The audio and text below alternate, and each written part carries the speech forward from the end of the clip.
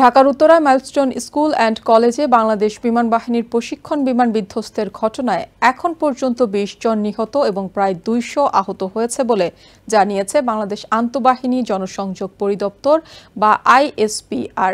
তবে নিহতের সংখ্যা আরও বাড়তে পারে বলে আশঙ্কা করা হচ্ছে।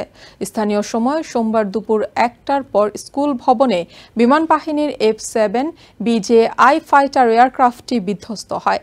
পরে ঘটনাস্থল পরিদর্শন করেন স্বরাষ্ট্র উপদেষ্টা। বিমান দুর্ঘটনায় শোক জানিয়েছে প্রধান উপদেষ্টা ডক্টর মোহাম্মদ ইউনূস ও রাষ্ট্রপতি মোহাম্মদ শাহাবুদ্দিন। সোমবার দুপুর ১টা ৬ মিনিট, চারিদিকে চিৎকার আর আহাজারি, আহতদের নিয়ে দিক বিদিক ছোটাছুটি। প্রত্যক্ষদর্শীরা জানান, স্কুল ছুটি হয়ে যাওয়ার পর ঢাকার উত্তরার মাইলস্টোন স্কুল অ্যান্ড কলেজের একটি ভবনে আছড়ে পড়ে বিমান বাহিনীর F-7 BJ-I নামের একটি প্রশিক্ষণ বিমান। মুহূর্তেই আগুন ধরে যায় ভবনটির এক অংশে। খুব মারাত্মক, মানে এই একজনের দেখা গেছে ফেস পুড়ে গেছে, একজনের এই সাইড শেষ হয়ে গেছে।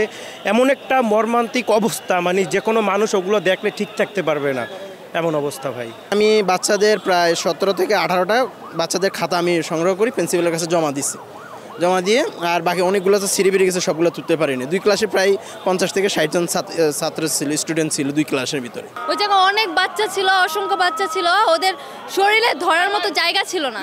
মানে এই জায়গায় যে ধরে আপনারা ওদের উঠাইবেন, ওই জায়গাটাও ছিল না ওদের ওই জায়গায়, এরকম ভাবে ওরা পুড়ছে।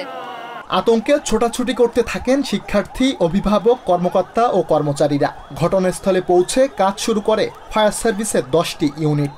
একে একে বের করে আনা হয় আহতদের।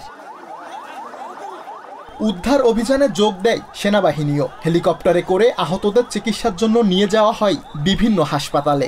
বের করে আনা হয় আটকে পড়াদের। ভিড় সামলাতে মোতায়েন করা হয় 2 প্লাটুন বিজিবি।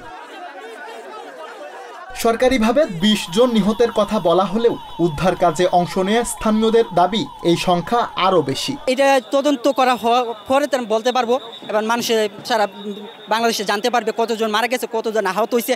কিন্তু আমরা ধারণা খুব ভালো মানুষ মারা গেছে, কারণ 6-7 ছাত্ররা এখানে প্রায় 200 উপরে ছাত্র আছে। কিছু বাচ্চা হাইটে আসতেছে, শরীরে কোনো চামড়া নাই, ড্রেস নাই। কিছু বাচ্চা গার্ডিয়ানরা কুলে করে আনতেছে, মানে বাবা মা হিসেবে যেভাবে কুলে করে আনাটা যে কত কষ্টকর, এটা মা না হলে বোঝা যাবে না। এটা হচ্ছে আমি মনে করছি 19 জন না, প্রায় আমি আমার সামনে মনে মারা গেছে সাথে সাথে 20-25 জন। কেন 19 জন? এটা যদি বলে মিথ্যা, আমার সামনে মারা গেছে, আমি নিজের চোখে দেখছি। পুলিশ জানিয়েছে নিহতের সংখ্যা আরও বাড়তে পারে। যেসব মরদেহের পরিচয় শনাক্ত করা সম্ভব হয়নি, DNA টেস্টের মাধ্যমে তাদের মরদেহ স্বজনদের কাছে হস্তান্তর করা হবে।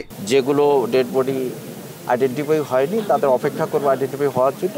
যদি আইডেন্টিফাই সম্ভব না হয় সেক্ষেত্রে DNA প্রোফাইল করে আমাদের CID টিম ওখানে কাজ করছে। তো DNA প্রোফাইল করে তাদের পরিবারের সাথে DNA ম্যাচ করে ভবিষ্যতে হয়তো তাদের পরিবারের হাতে হস্তান্তর করা হবে। বিমান বিধ্বস্তের ঘটনায় মঙ্গলবার রাষ্ট্রীয় শোক ঘোষণা করা হয়েছে। সুলাইমান কবির, TVN 24, ঢাকা। নিউ ইয়র্ক থেকে সম্প্রচারিত TVN 24 টেলিভিশন বিশ্বজুড়ে বাঙালির কণ্ঠস্বর।